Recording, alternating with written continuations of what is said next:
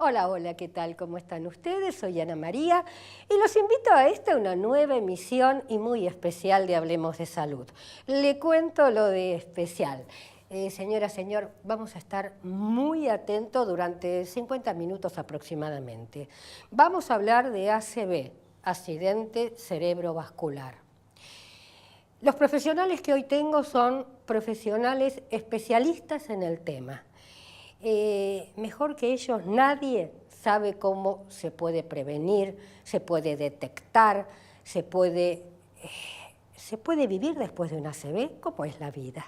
Así que, por favor, les pido, no se muevan del televisor.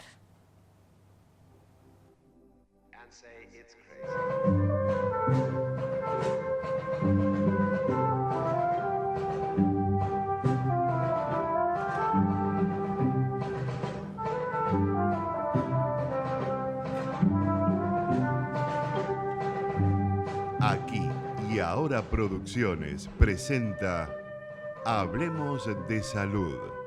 29 años al servicio de la medicina preventiva. Conduce la periodista médica Ana María Forte.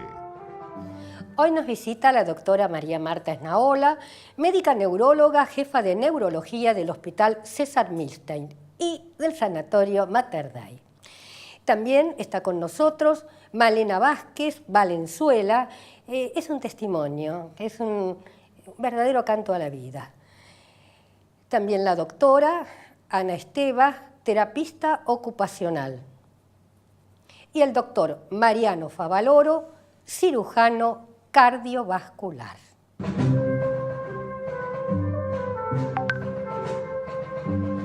Bien, y ahora los temas, por favor. María Marta, ¿qué tema es el tuyo? ¿Qué es el ACV? ¿Qué es el ACV? Algo muy importante. Malena. Yo quiero contar mi caso, lo que me pasó, cómo salí. Ajá, bien, espléndida estás. Ana. La rehabilitación y la vuelta a las cosas de todos los días después de una ACV. Eso es lo difícil. Volver a hacer lo mismo o tratar de hacer lo mismo que hacíamos antes. Bien. Bueno, tratamos después de ayudarlo para eso. ¿No es cierto? ¿Cómo se continúa después de una ACV? Doctor Mariano Favaloro. Vamos a hablar de la evolución de la arteriosclerosis y por qué hay que prevenirla, porque obviamente el ACV es una manifestación de la enfermedad arteriosclerótica. Bien. Y es la primera causa de incapacidad. Bárbaro, Mariano. Correcto. ¿Les parece que comencemos?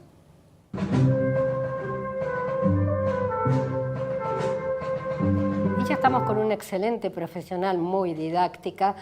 Más que para este tema uno tiene que comprenderlo bien. Como ya la presenté, la doctora María Marta Esnaola. Y cuando hablamos de ACV, ¿de qué hablamos? Hablamos básicamente, Ana, de un trastorno circulatorio cerebral en el que pueden ocurrir dos cosas, que una arteria se obstruya, lo que nosotros llamamos una isquemia o infarto cerebral. Entonces, todo el tejido que está irrigado por esa arteria termina muriéndose, las neuronas se mueren y queda una lesión secuelar. Y el otro escenario es la hemorragia cerebral, en el cual una arteria se rompe y la sangre inunda toda la zona del cerebro que puede. Ajá. Bien. Esto contado tan linealmente, ¿no es cierto? ¿De pronto se puede llegar a prevenir esto? Sí, incluso a veces nos cuestionamos si podemos hablar de accidente cuando es algo tan prevenible, ¿no? Hay ciertos factores de riesgo cardiovasculares que tienen mucho que ver con esta enfermedad y de ellos son, el más importante por lejos es la hipertensión arterial, después está la diabetes, el colesterol elevado, el sedentarismo, el estrés, el cigarrillo, pero hay otras veces en que realmente no se puede prevenir y es el caso tal vez de la gente más joven que ya nace con algún tipo de malformación vascular, como son los aneurismas, las malformaciones arteriovenosas, que son como ovillos de arterias y de venas, y eso realmente es poco, digamos, no se puede prevenir demasiado. ¿Podemos decir que es genético o no? Hay factores de riesgo que son claramente genéticos, o sea, hay una tendencia a ser heredados. Por ejemplo, la hipertensión y la diabetes son uno de ellos. Exacto. Y, por ejemplo, ¿hay varios tipos de ACV Sí, esto que te decía yo, los dos grandes grupos que son las isquemias y las hemorragias, Sí. y dentro después de cada grupo nosotros los subdividimos según el mecanismo que haya producido el ACV.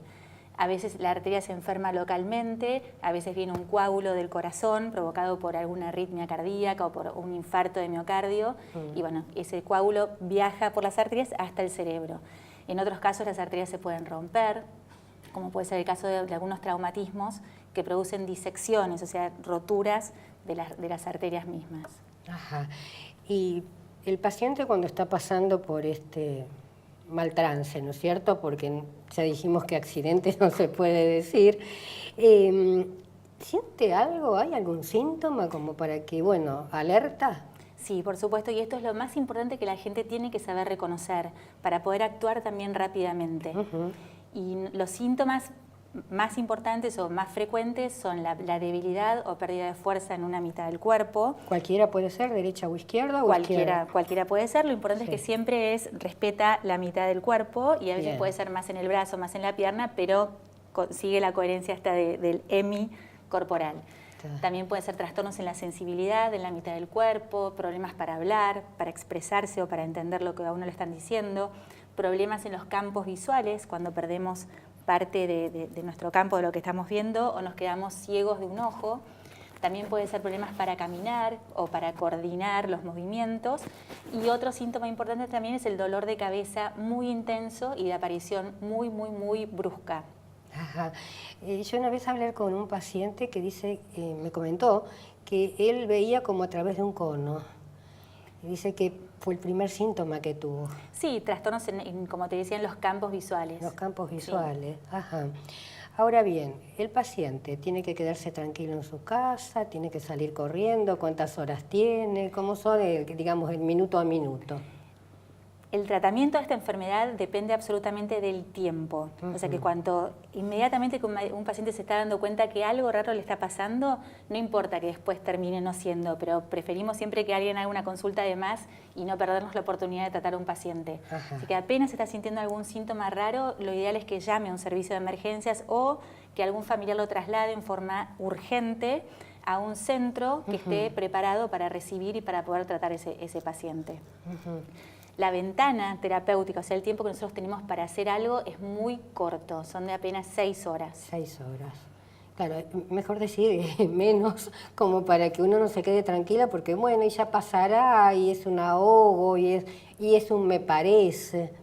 Por eso te digo que más vale, como nosotros siempre decimos, claro, descartar el diagnóstico en una guardia, sí, con el examen físico, con la consulta al especialista o con un método de diagnóstico como puede ser una tomografía computada o una resonancia magnética, y no que el paciente se quede en su casa cursando un ACV, que si perdemos ese tiempo para tratarlo después pueden quedar secuelas muy importantes. ¿El ACV se tiene una sola vez en la vida? No. Depende de la suerte de cada uno. Siempre el haber tenido un ACV aumenta el riesgo de que esto se repita. Por eso es fundamental diagnosticarlo bien, o sea, cuál fue el mecanismo que produjo esa lesión, esa isquemia, y ir a hacer un tratamiento muy específico para que no se vuelva a repetir. ¿Hay algún tipo de estudio que se detecte un ACV? Sí, el primer estudio que se hace es una tomografía computada, que lo más importante es diferenciar esto de si es una hemorragia o si es una isquemia, porque la hemorragia no tiene muchos tratamientos específicos, excepto que haya que ir a un quirófano a operar. Pero la isquemia sí tiene tratamientos que han evolucionado mucho en los últimos años. Contamos con drogas que pueden disolver prácticamente el coágulo, pero esta droga tiene un tiempo muy corto, que son 4 horas y media. Para poder actuar. Y el otro tratamiento que ha revolucionado un montón el tratamiento, vale la redundancia, de esta enfermedad, se llama trombectomía mecánica. Y esto consiste en sacar con unos catéteres especiales directamente el trombo de una arteria del cerebro. Que esto es nuevo. Es muy nuevo. Porque si no el coagulito va corriendo por todo el cuerpo, ¿no es cierto? ¿Cómo Digamos es esto? Que el coágulo se aloja en una arteria donde ya no puede avanzar más. Pero bien, tenemos una oportunidad de extraerlo y nuevamente, cuanto antes hagamos este tratamiento, mejores son las chances del paciente de recuperarse. Por supuesto que este tratamiento no se puede hacer en todos lados, hace falta gente con mucha experiencia y con equipos de profesionales y en salas de hemodinamia, equipos especiales, pero bueno, en Buenos Aires contamos, y en el resto del país contamos con lugares donde realmente esto se puede hacer y se está haciendo ¿En el actualmente. MISTEN se está haciendo esto? Este último tratamiento todavía no, en breve Bien. va a llegar el equipo de hemodinamia, pero sí Qué estamos bueno. haciendo el tratamiento trombolítico, que es el primero de las 4 horas y media. Ujú. Puede ser que en una tomografía, o sea, cuando se le va a hacer, que está cursando o que cursó el accidente cerebrovascular, se encuentren algunos pequeños, digamos que le dicen accidentes, que la persona no tuvo conciencia del mismo. Absolutamente. Por cada isquemia que se hace manifiesta clínicamente, se dice que hay muchas otras lesiones que han pasado desapercibidas. Nosotros los llamamos infartos silentes. Y eso nos habla del riesgo que tiene esa persona. Si uno investiga un poco más, seguramente ese paciente va a tener hipertensión, va a tener diabetes, no va a tomar bien la medicación. Y esas lesiones, lamentablemente, en definitiva, se van sumando para después, bueno, tal vez empeorar un poco lo que es la parte cognitiva del paciente o su forma de caminar. Van sumando. O sea que para llegar a un ACV no es que llegue una persona sana, sino que tiene, digamos, en su vida varias cosas acumuladas. Depende. Hay gente joven que tiene un ACV sin haber hecho nada en su vida, sin tener la culpa de nada, sin haber fumado un solo cigarrillo. Bien. Y son estos casos que te digo de, por ejemplo, de las hemorragias cerebrales por los aneurismas o las malformaciones vasculares, que son trastornos congénitos. Uno ya nace con esos problemas. Distinto es la persona ya que ha fumado toda su vida, que tiene alta presión, que tiene una panza enorme. O de embarazo de 9 meses. Que nunca hizo sí. ejercicio físico. Entonces, bueno, ahí ya, digamos que una persona tiene un poquito más de culpa con lo que le está pasando. Sí. Esos son todos los factores de riesgo sobre los que sí podemos actuar. Sobre los factores congénitos, lamentablemente no se puede hacer nada. No se puede. Y que incluso muchas veces no se sabe que existen, ¿no?, factores congénitos. Es que uno no se va a hacer una tomografía, una resonancia por nada. A veces, cuando hay dolores de cabeza raros, dolores de cabeza un poco ya inusuales o demasiado intensos, el neurólogo ya es como que se prenden un poquito las alarmas y hace una resonancia o un estudio de las arterias, y ahí a veces llegamos a diagnosticar un aneurisma antes de que se rompa. Y eso es una posibilidad enorme de tratamiento porque las condiciones son totalmente distintas. Ir a tratar a un paciente que nunca ha sangrado a un paciente que está en una emergencia es completamente distinto. Y por ejemplo, María Marta, ¿cuál de los dos, si podemos decir, tipos de ACV son más peligrosos?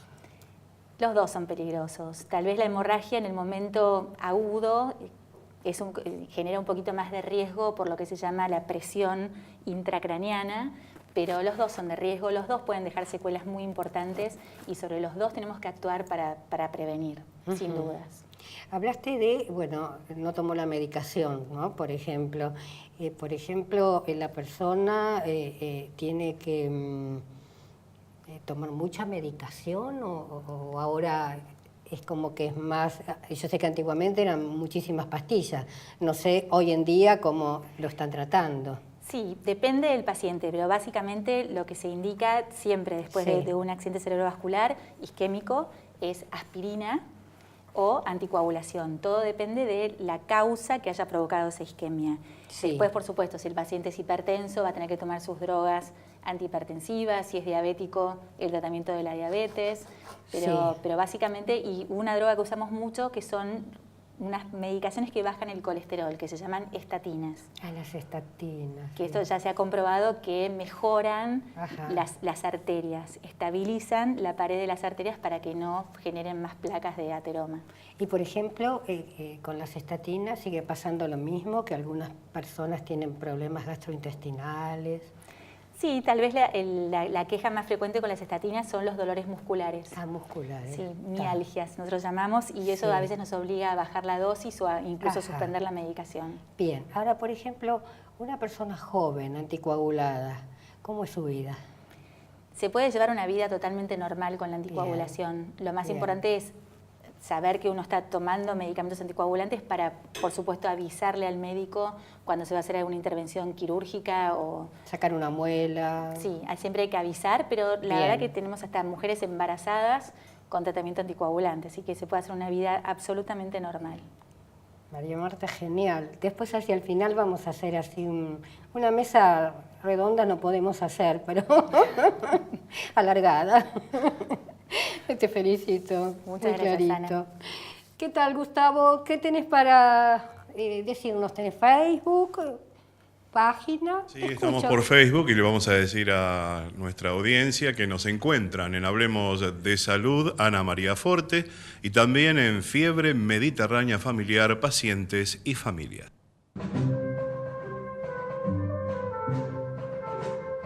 Muy buena la charla realmente de la doctora María Marta, ¿no es cierto? Hay que tener cuidado. El minuto a minuto es tan importante cuando uno cree que de pronto está cursando una ACV.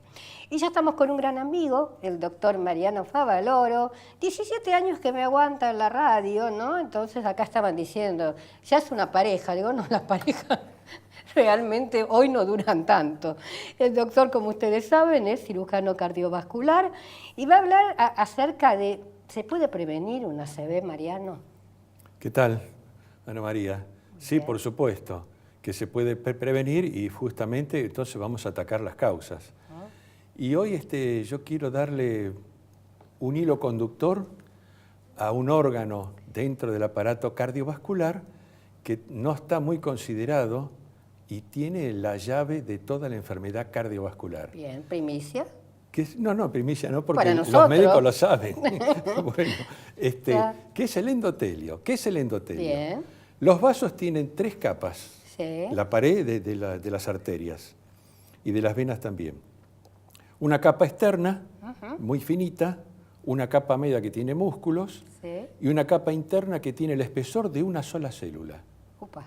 muy finita, que es como un celofán. Eso se llama endotelio y es lo que separa la sangre de la pared de la arteria. Perfecto. Es fundamental porque tiene más de 2,5 kilos. Si sacamos todo el endotelio de todas las arterias y las venas, Ah, todo el aparato circulatorio está recubierto en su interior de endotelio y es más grande que el hígado y tiene una función endocrina cardiovascular impresionante, regula todo el funcionamiento de todas las arterias y las venas. Entonces, es fundamental cuidarlo al endotelio. ¿y cómo lo cuidamos? Y entonces vamos a decir cómo lo cuidamos. Bien, bien. Vamos a decir cómo lo cuidamos. La principal efecto es cuidar el estrés oxidativo que ocurre y los factores de riesgo que producen este estrés oxidativo y que alteran el funcionamiento del endotelio, provocando su mal funcionamiento y la ruptura, que es lo que inicia justamente la enfermedad cardiovascular. ¿Y qué es un estrés oxidativo? Estrés oxidativo es una sucesión de complejos químicos que alteran justamente el funcionamiento y la secreción de hormonas buenas para que funcione bien todo el aparato cardiovascular y el endotelio que se proteja, y justamente entonces el endotelio queda desprotegido. Y además se hacen lo que se llama factores procoagulantes, y que justamente entonces también hacen que las plaquetas empiecen a funcionar mal, por lo menos adentro de los vasos cuando no tienen que funcionar ahí, y entonces ahí hacen que evolucione rápidamente ciertos fenómenos negativos de la salud de los vasos. Bien. Yo quería hacer una evolución de la salud arterial, porque las arterias se enferman mucho menos o casi nada, pero sí se enferman las arterias. Yo que dije, las venas se enferman, se enferman perfecto, mucho menos. ya está. Perdón. No, porque yo digo, hay algo que se me escapó. Me equivoqué. Entonces, ¿qué pasa con las arterias? A los 20 años, el 100% de la población ya tiene pequeñas efracciones, pequeñas rupturas muy microscópicas en el endotelio y hay depósito de plaquetas por debajo del endotelio. Eso es el primer comienzo, el primer paso para generar la placa de arteriosclerosis, que todo el mundo ya conoce porque es muy nombrada. Sí. Con los años, eso, si no dominamos los factores de riesgo habituales, que son, por ejemplo, el tabaquismo, la obesidad, la hipertensión arterial fundamentalmente, y la diabetes que acompañan a la obesidad,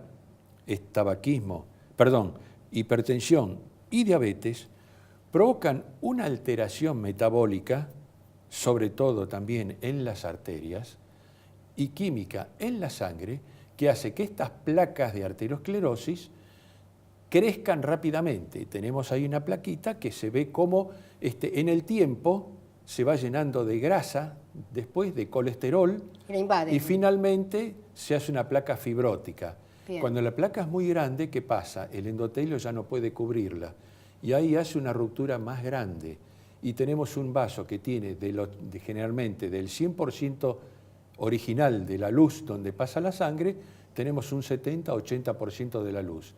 Y ahí se forma lo que se llama la placa vulnerable, se llama así desde el punto de vista médico. Entonces esa placa rompe el endotelio, se forman los coagulitos, porque las plaquetas se desencadenan todo el mecanismo de coagulación adentro de los vasos, y se forma el coágulo que tapa ahí lo que restaba de luz del vaso para que pase sangre. Ahí se produce. Y ahí se produce el ACV isquémico, como dijo la doctora Esnaola, Perfecto.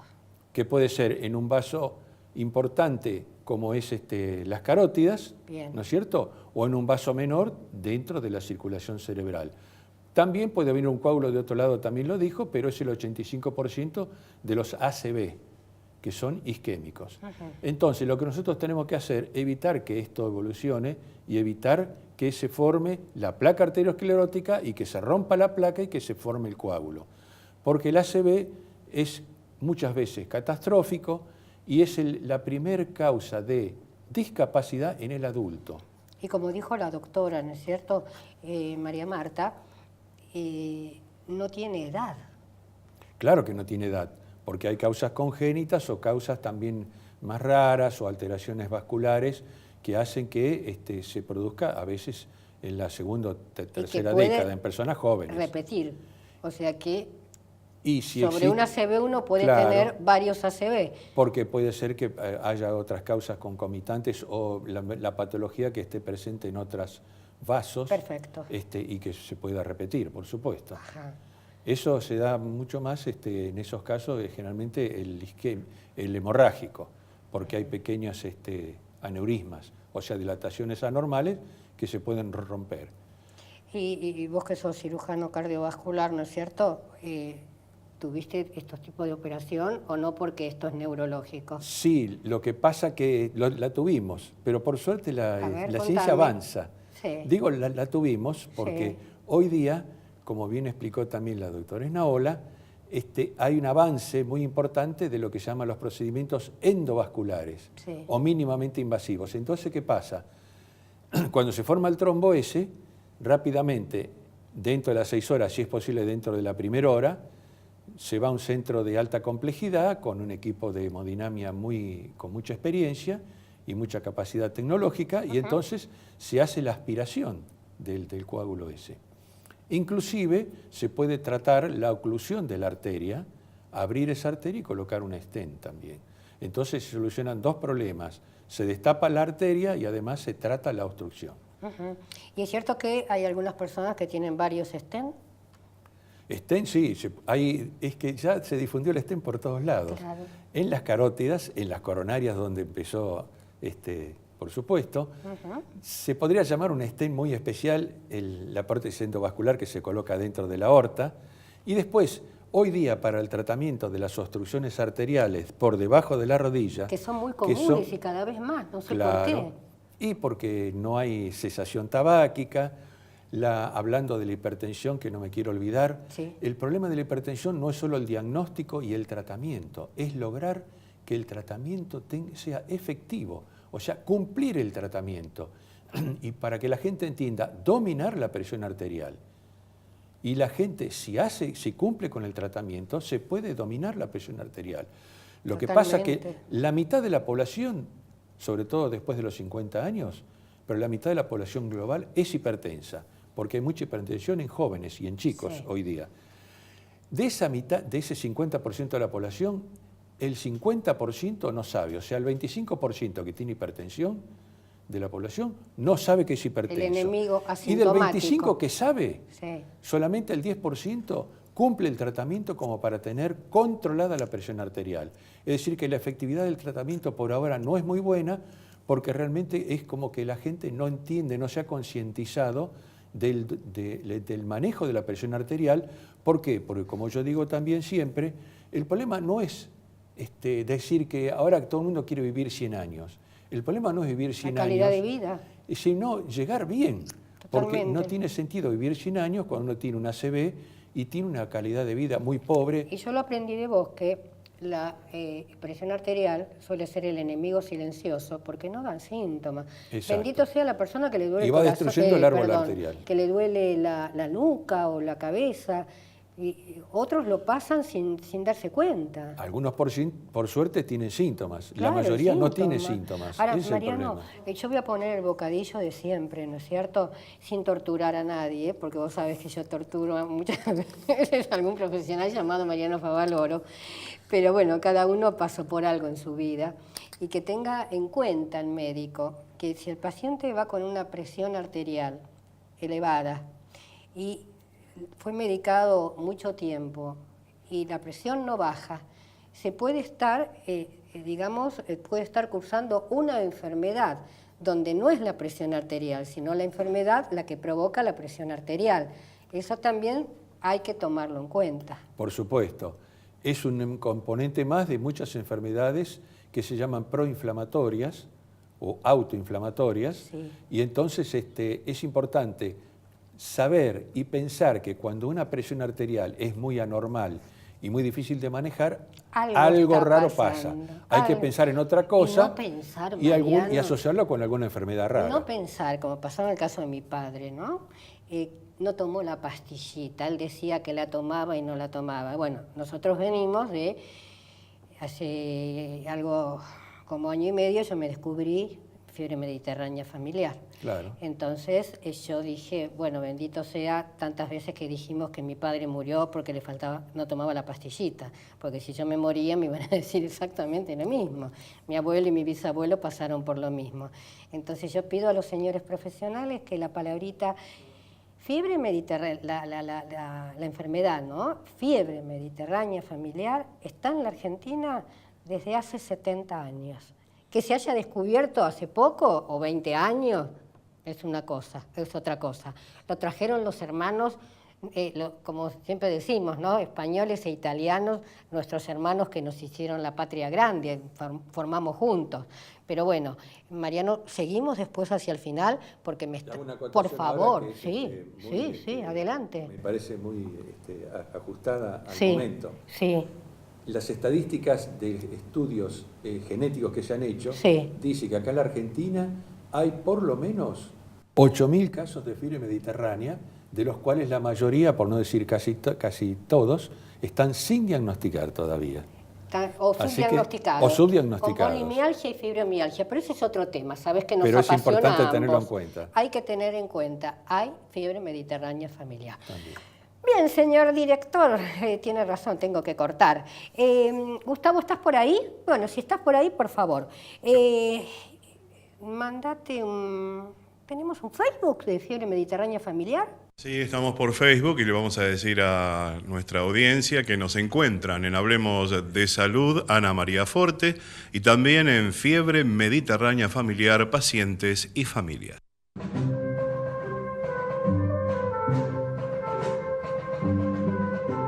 Y ya estamos con Ana Esteva, que es terapista ocupacional, y cuando la presenté dije doctora, le soy sincera, porque vienen doctores y doctoras, doctoras y doctoras. Bueno, bien. ¿Qué es una terapista ocupacional, Ana? Bueno, nosotros lo que trabajamos es sobre todo la independencia del paciente, de lo que sea. En este caso, el paciente con secuela de accidente cerebrovascular, que vuelva a hacer las cosas de todos los días como las hacía antes o adaptadas, pero que vuelva a ser independiente en el vestido, en la higiene, en la alimentación, en ir al supermercado, en volver a su actividad laboral o adaptar la actividad laboral, adaptar el medio para que vuelva a hacer las cosas de todos los días, no perder su rol dentro de la familia. Trabajamos muy en conjunto con la familia justamente para ir directamente a la independencia que él tenía o que la persona tenía. qué sé yo, si no cocinaba, no lo hacemos cocinar, ¿no? Lógico, Si no claro. hacía las compras en la casa, no lo hacemos hacer las compras, pero sí que vuelva a hacer las cosas de todos los días con la mayor independencia posible. Claro, si antes iba al supermercado, ahora que vaya al almacén del barrio, ¿no? Exactamente. Si Ah. es que tiene algún trastorno, sobre todo trabajamos mucho con trastornos cognitivos, si ahora tiene alguna dificultad para acercarse al Banelco, por ejemplo, eso pasa mucho porque el Banelco es muy rápido y a lo mejor la atención está complicada, bueno, puede utilizar el home banking. Nosotros vamos adaptándonos a el nivel de independencia que el paciente tenía antes, ¿Y en cómo la medida de lo reacciona? posible, ¿no? ¿Cómo? Siempre dentro de las secuelas que tiene. Perdón, ¿cómo reacciona el paciente? ¿Es por sexo, que quizá la mujer se amolda más que el hombre? ¿Cómo reacciona? No, en general tiene mucho que ver la localización de la lesión en ese sentido. ¿Sí? Hay pacientes que están como más predispuestos y hay otros menos predispuestos y muchas veces tiene que ver la localización de la lesión, no tanto por sexo, ¿sí? Porque a lo mejor el paciente queda como con mucha angustia y uno hace como una interpretación muy psicologista y es porque tiene afecto patológico, porque tiene una lesión en determinado lugar del cerebro. Entonces la adaptación es un trabajo realmente muy en combinación, sobre todo con la familia y con la persona. Porque además nosotros, bueno, queremos que vuelva a hacer las cosas de todos los días.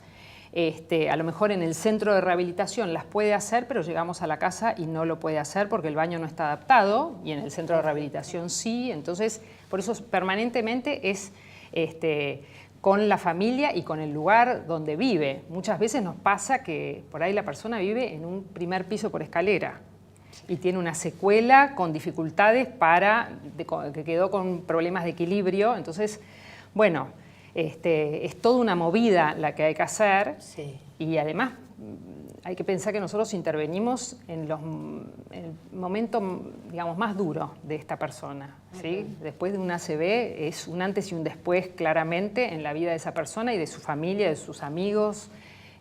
Por eso, digamos, tenemos que manejarnos con muchísima prudencia y ir al lugar o donde está el problema. Armar una nueva persona sobre la persona misma.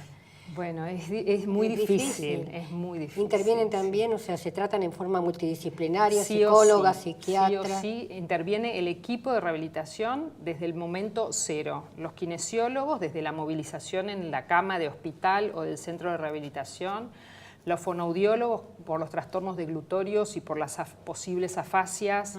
Las terapistas ocupacionales tratamos también desde el cuidado de la piel, cuidados articulares, esto de el trabajo conjunto, desde dónde poner los estímulos, porque muchas veces tienen dificultades en el campo visual, como decía la doctora, y entonces, bueno, dónde colocamos los estímulos para que sean realmente estímulos que los lleven a estar mejor y no anular partes. Muchísimo en estos casos son... La familia. Familia es... La familia, los amigos, los afectos. Los afectos, sí. Cuidar la parte emocional. Nosotros nos metemos en lo más íntimo, porque nosotros decimos tenemos que cambiar este baño o no, y no hay posibilidades, entonces interviene una trabajadora social también. Hay que, digamos, es muy flexible, no hay recetas. Sí sabemos que queremos que sea independiente. La receta se hace junto con la familia sí o sí y con el paciente, obviamente. El paciente es el protagonista de este problema y también el protagonista de su rehabilitación, en la mayoría de los casos. Y también, como dijiste, en forma multidisciplinaria, un kinesiólogo. Kinesiólogos, psicólogos, Sí. La contención a la familia, esta nueva situación, neuropsicólogos, porque muchas veces uno dice, bueno, está angustiado. No, toca un lugar del cerebro que lo tiene más bajón. Y no es que está angustiado porque tiene una angustia psicológica, que también puede ser, ¿no? Sí. Pero bueno, llegar a un buen diagnóstico hace que realmente podamos ir avanzando en el tratamiento. Ajá. Y más que le ocurra a un ACV, a un empresario, a un médico, a alguien, quiero decir, con mucha actividad y que de pronto le cambie de la mañana a la noche su vida. Su vida y su rol en la familia.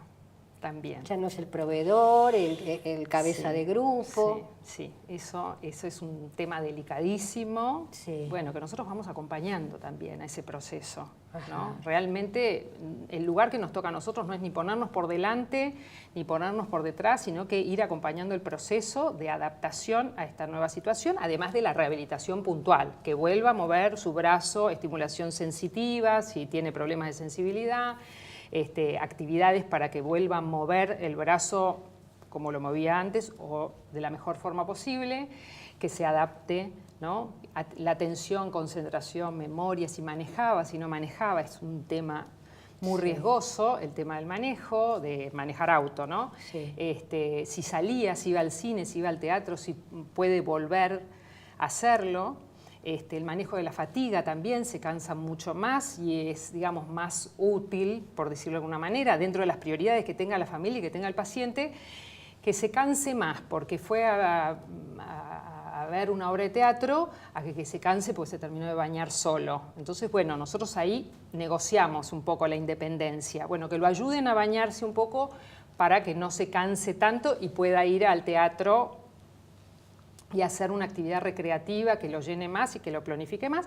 Y también esto de poder volver a trabajar, eso es Claro, de pronto no puede hacer lo que él hizo toda su vida, quizá, tal vez, pero sí puede hacer otras cosas. O sea que es vuelta a la vida de otra manera. Sí. Bueno, encontrarle, digamos, la parte positiva es un proceso también. De por qué yo quiero vivir y para qué. Exactamente. Obviamente que es un antes y un después. Y bueno, y esto también el entorno, ¿no? ¿De qué me está hablando esto que está pasando a mí, ¿no? Al que está al lado, al que está cerca, al que, ¿no?, se dispone a ayudarlo, se dispone a acompañarlo también en esto. Pero bueno, nuestra meta principal es la independencia, en lo que sea, como sea, que vuelva a ser lo más parecido que sea a lo de antes y a lo que él quiera hacer, o el paciente quiera hacer, Lo que quiera ¿no? hacer. No lo que yo quiera hacer. Claro, de pronto hay personas, supongo, ¿no es cierto?, que quedan tan abatidas que no quieren hacer nada. Bueno, eso pasa mucho, sí.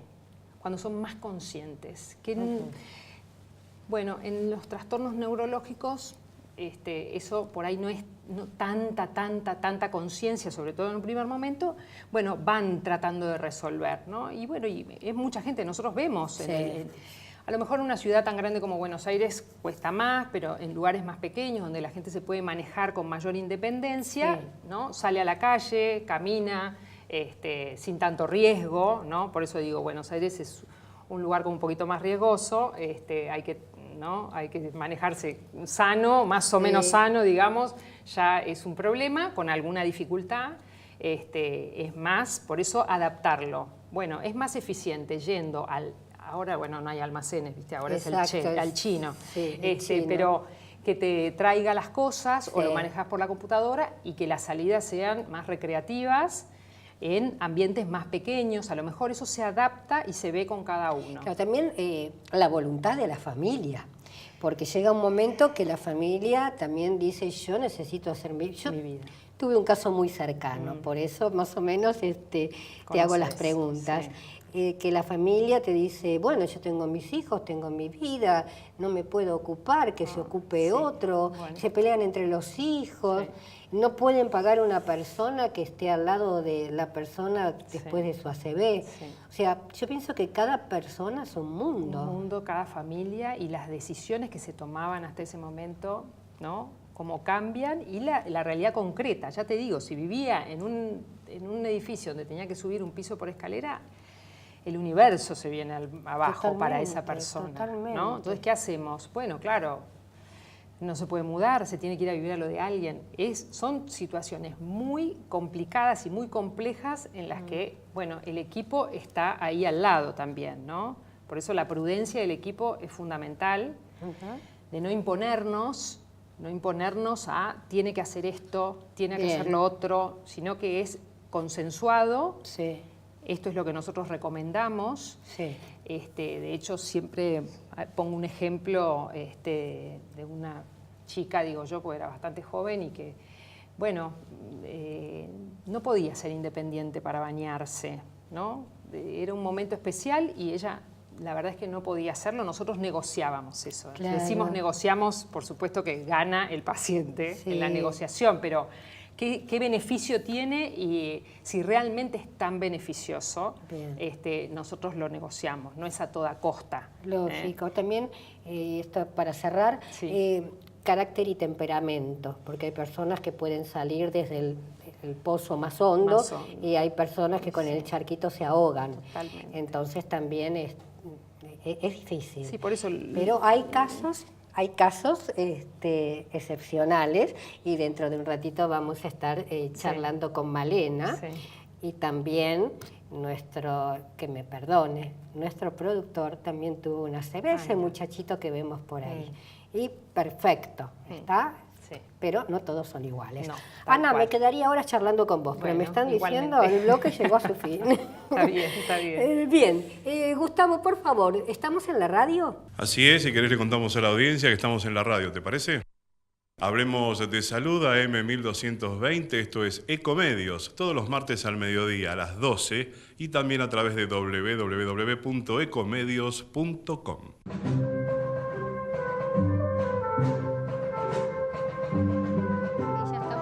Malena Vázquez Valenzuela. Bueno, es muy feo decir Malena un testimonio, ¿no es cierto? Es un ser humano que atravesó un momento bastante difícil, porque ya con lo que conversaron los tres profesionales anteriores podemos tener bien en claro lo que es una ACV. Sí. Bien, ¿qué pasa para el que padece, no es cierto? Porque en el momento que te pasa no sentís nada. ¿Qué pasa al después? Yo tuve un ACV hemorrágico que había contado la doctora. Cuando a mí me ocurre el ACV, yo no me acuerdo absolutamente nada. Nada de nada de nada. Pues yo tuve un ACV hemorrágico. En ese momento, nada, me acuerdo, pero que me agarró un dolor de cabeza, pero insoportable. Literalmente yo no tenía recuerdo antes de mis 19 años que me saquen sangre. Cuando a mí esas pocas veces me dolía la cabeza, mi mamá me daba 4 aspirinetas porque no podía tragar aspirina más grande. Entonces, nada, ¿quién se iba a poder imaginar que en ese momento estaba sufriendo una ACV? Igual en ese momento, lo mío fue hace 15 años, en ese momento no se escuchaba tanto el ACV. Después se empezó a escuchar. Entonces, bueno, nada, me agarró un gran dolor de cabeza y después ¿Ahora no me tenés acuerdo. 24 vos? Ay, ojalá. Te lo juro. 34 entonces. Ay, un poquito más también, si querés. 35, sí. Pero por favor. Es re joven, madrecita, hermosa. Y bueno, y cuando tuve el derrame tenía 19 años. Estaba a un mes de cumplir 20 años. Bien. Supongo para tu familia que habrá sido un momento tremendo, porque vos no sentiste nada, pero ellos sintieron todo lo que vos no sentiste. Sí, ahora cuando yo abro los ojos, todos, digamos, se pusieron contentos porque Malena abrió los ojos, ¿está bien? A mí se me cayó el mundo, porque es lo que contaban, es empezar de cero. Le contaba a la doctora, literalmente que yo lo único que sabía decir por muchos meses, hola, ¿cómo estás? Y vos venías y me decías, ¿y qué hora es? ¿Cómo estás? Lo único que decía es, hola, ¿cómo estás? A mí me tocó la parte cognitiva. Yo físicamente estoy muy, muy bien. Pero la parte cognitiva era empezar de 0, 0, 0. Y bueno. ¿Y a qué te dedicabas vos? Yo estaba estudiando ciencia política. Okay. Y bueno, y ahí cuando retomé mis estudios, hablando con las doctoras, con los doctores, yo me tuve que, digamos, adaptar a mi nueva vida. Yo estudiaba ciencia política, estudiaba libros, pero así, choclos, ciencia política.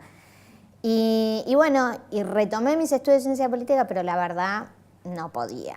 No podía, a mí me generaba mucha frustración, mucha, digamos, sí, tristeza, decir, ¿por qué tengo que dejar algo que me gustó? Pero bueno, nada, no podía y le busqué, digamos, la vuelta y empecé estudiando diseño de interiores y terminé diseño de interiores. O O sea, me propuse, hacer algo nuevo. Algo nuevo, sí. ¿Y vos tenías novio en ese momento? En ese momento sí. Cuando tengo el derrame cerebral, gracias a Dios estaba con él, porque si no, no creo estar acá. Porque ¿Se a mí dio me agarró cuenta? ¿Cómo fue? No. A mí me agarró el derrame cerebral a las 3 de la mañana. Mi mamá se había ido a dormir y yo estaba con mi novio. Era un 10 de febrero con un calor insoportable. Encima, un día de semana, fue el domingo. Entonces, bueno, mi mamá se fue a dormir y yo estaba con mi novio, porque si yo me hubiese ido a dormir antes, yo no me despertaba más. Agarraba dormida. Pero claro, gracias a Dios, bueno, para algo pasan las cosas. Más que por qué pasan las cosas, yo siempre me propongo o pienso, ¿para qué me pasan las cosas? ¿Para qué me pasó el derrame cerebral? ¿Para qué me pasó el ACV? Entonces, bueno, ahí. ¿Y pensás que para qué? Sí, yo creo que nada, que me pasó, más que nada, es un tema familiar. Cuando a mí me agarra el derrame cerebral, digamos, Bien. mi familia estaba separada. Los nenes con los nenes, las nenas con las nenas. Yo había tomado, digamos, de parte de mi mamá y mis hermanos con mi papá.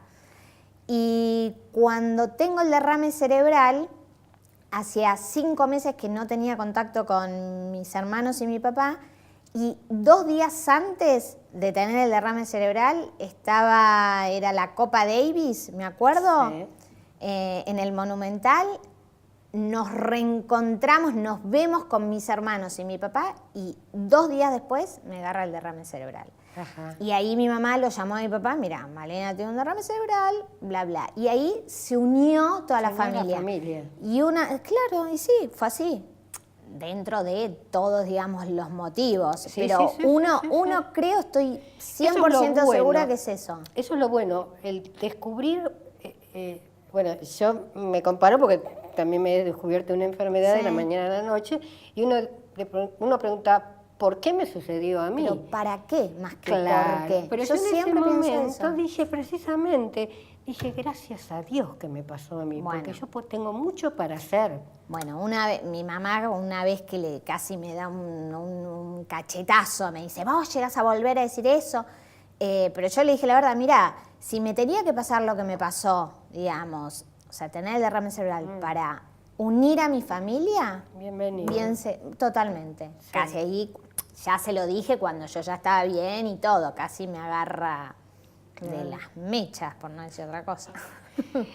Y Malena, el post, ¿no es cierto? ¿Te costó?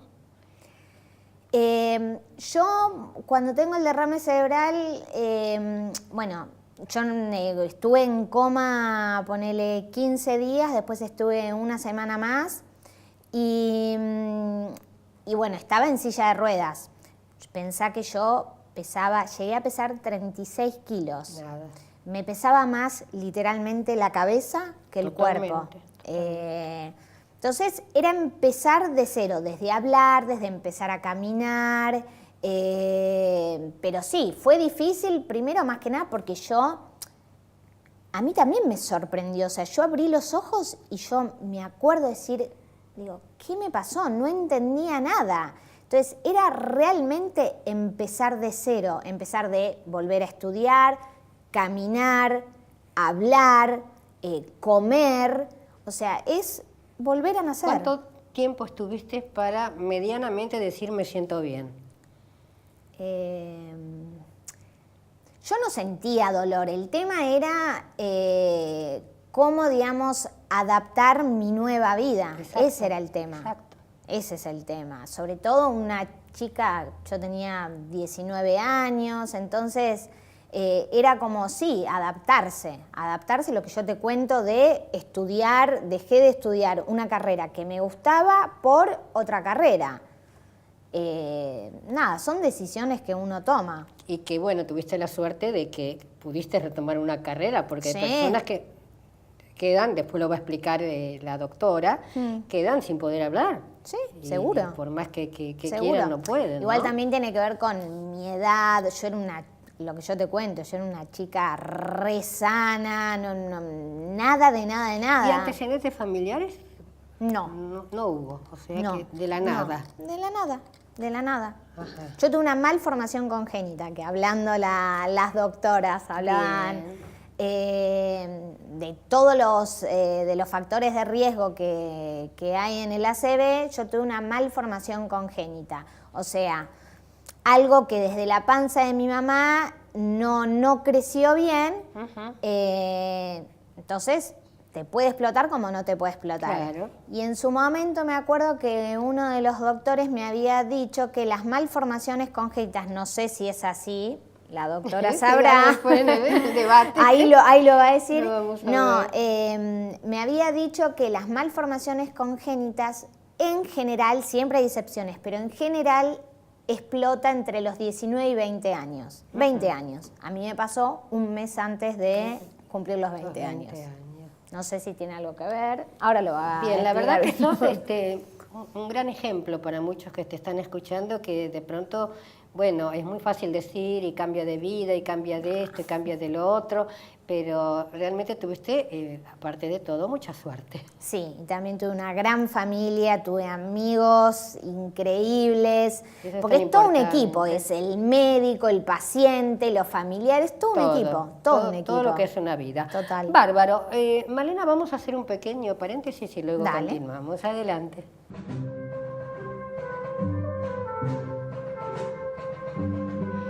Bien, realmente que, bueno, un programa más que ilustrativo, ¿no es cierto? Que nos sirve para la vida porque nos puede pasar a cualquiera. Y lo importante es reaccionar a tiempo, si es un familiar o si es uno mismo, darse cuenta. Doctora María Marta Esnaola, ¿qué nos quedó por decir? Bueno, Ana, yo quería hacerles a todos una invitación, que es una caminata que estamos haciendo por segunda vez en el país, que es, esta vez es el 21 de octubre de este año, del 2018, en el Paseo de la Costa de Vicente López. Y los invitamos a todos para caminar por el ACV, para tomar conciencia de esta enfermedad, saber lo que tenemos que hacer. Y puntualmente este año la campaña está centralizada fundamentalmente en la vida después del ACV. Lo que hablábamos recién con Ana y con Malena, que es tan importante, ¿no? Cómo reinsertarnos nuevamente en la sociedad y en nuestra vida luego de haber tenido una enfermedad como esta. Perfecto. Doctor Mariano Favaloro. Bueno, hay que recalcar en hacer la prevención desde joven. Primero, ver si uno tiene antecedentes familiares de arteriosclerosis, que hay familias que tienen problemas graves de arteriosclerosis congénita porque tienen determinantes genéticos muy fuertes a veces. Segundo, hacer los controles siempre, controlarse la presión arterial y algún control médico una vez al año, sobre todo después de la tercera década, hay que empezar tempranito.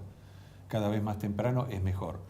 Y tercero, parte de la vida sana, comer sano, justamente, evitar las comidas preparadas, los hidratos de carbono en abundancia, y tener actividad física toda la vida, desde la juventud hasta que, si se puede, casi hasta el último momento de la vida, porque eso es lo que mantiene, el beneficio que tiene la actividad física es incalculable. Actividad física simplemente puede ser caminar. Caminar, aunque sea 3-4 días, media hora. 3-4 días a la semana, media hora, como mínimo, eso es fundamental. Perfecto, Mariano Favaloro. Ana Esteban. Yo quería recalcar esto de la importancia de la estimulación cognitiva después de una secuela de un ACV. Tener en cuenta que la mejor estimulación es el aprendizaje de nuevas habilidades, ¿sí? El cerebro queda, ¿no?, con dificultades después de un ACV y el aprendizaje de una habilidad nueva, puede ser un nuevo idioma, ¿no?, hace que se ramifiquen, ¿sí? Que todo este tejido neuronal que tenemos es lo que más nos ayuda a mantener el cerebro más activo. Entonces es muy importante después de tener un ACV o a cualquier persona seguir una estimulación cognitiva adecuada a la persona y a los gustos y a las necesidades que tenga la persona para mantener el cerebro sano. Importante la labor, ¿no es cierto?, de ustedes, porque son los guías. Sí, sobre todo desde el espíritu podemos hasta el orientar, físico, ¿no?, orientándolos sobre todo. Pero esto a veces tenemos dificultades de organización, anticipación, flexibilidad, concentración. Bueno, saber que se puede mejorar siempre y sobre todo si emprendemos una nueva actividad, una habilidad nueva. Es lo que más nos ayuda. Muchísimas gracias, Ana. No, de nada. Malena. Bueno, yo les muestro, tengo Bien. un proyecto hace ya un año, es un programa para prevenir y concientizar a los chicos del ACV. Bueno, ahí está la revista que voy a entregar en las escuelas. La idea es hacer encuentros más que charlas en las escuelas. Y bueno, nada, para que los chicos conozcan de la enfermedad y bueno, y ellos puedan prevenir un ACV. Y Malena, ¿a partir de qué edad? Y 10 o 12 años, de 8 a 12 años. Creo que los chicos es una gran, digamos, puerta abierta a la familia, a todos. Así que bueno. Sería bueno en las escuelas de doble escolaridad, donde digamos que la tarea primordial es la de la mañana y en la tarde tienen diferentes actividades, ponerlo en forma curricular, ¿no es cierto? Estaría buenísimo. Yo Estaría creativa buenísimo. soy, así que déjame hablar 10 minutos más y vamos a las escuelas juntas porque me sobra el tiempo. Seguro. Malena, en lo que necesites yo te puedo ayudar. Dale. A mí me encanta de pronto tu forma de ser, porque vos no te quedaste tirada en una cama, tu familia fue un apoyo importantísimo para tu vida. ¿Y qué hiciste vos? Poder enseguida ayudar a la gente total. para que no le pase lo que te pasó Bueno, hablando a vos. del para qué, ¿te Sí, acordás? De para sí. qué. Bueno, esto es otra parte del para qué. Ajá, totalmente. Mirá que, bueno, les queda la radio, porque vamos a hacer un programa de radio, porque quien ve la televisión no tiene por qué estar viendo la radio también, escuchando la radio y viéndola por internet, así que no me pueden decir que no, que ya los comprometo. Realmente se me ha pasado los 50 y tantos de minutos volando, aprendiendo. Les agradezco muchísimo, muchísimo, muchísimo. Con respecto a la audiencia, bueno, espero haberles sido útil, ¿no es cierto? Que es lo que nosotros siempre queremos, llegar al hombre sano para que éste precisamente no se enferme. Con los mejores profesionales, en un lenguaje liso, llano, y dejar siempre algo para pensar. Cualquier tipo de enfermedad que uno esté atravesando, no tenemos que bajar los brazos, ¿no es cierto? Tenemos que seguir adelante, estemos como estemos, porque si nosotros nos dejamos, la enfermedad nos carcome, mientras que nosotros tenemos que vencer siempre a la enfermedad. Y terminemos enfocando, por favor, el símbolo de hoy, Malena. Los espero la próxima semana en este mismo horario.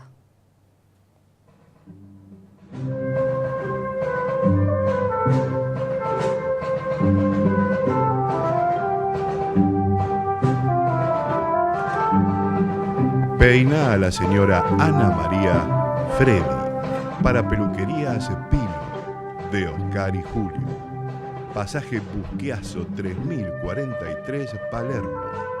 www.pino.com.ar. Karina Uranga, cosmiatra. karinauranga@hotmail.com. Maquilla a la señora Ana María Look 5D. Formosa 389 Caballito. Buscanos también en Facebook e Instagram. Viste a la señora Ana María Agarrate Catalina. Avenida Santa Fe 3134, Ciudad Autónoma de Buenos Aires.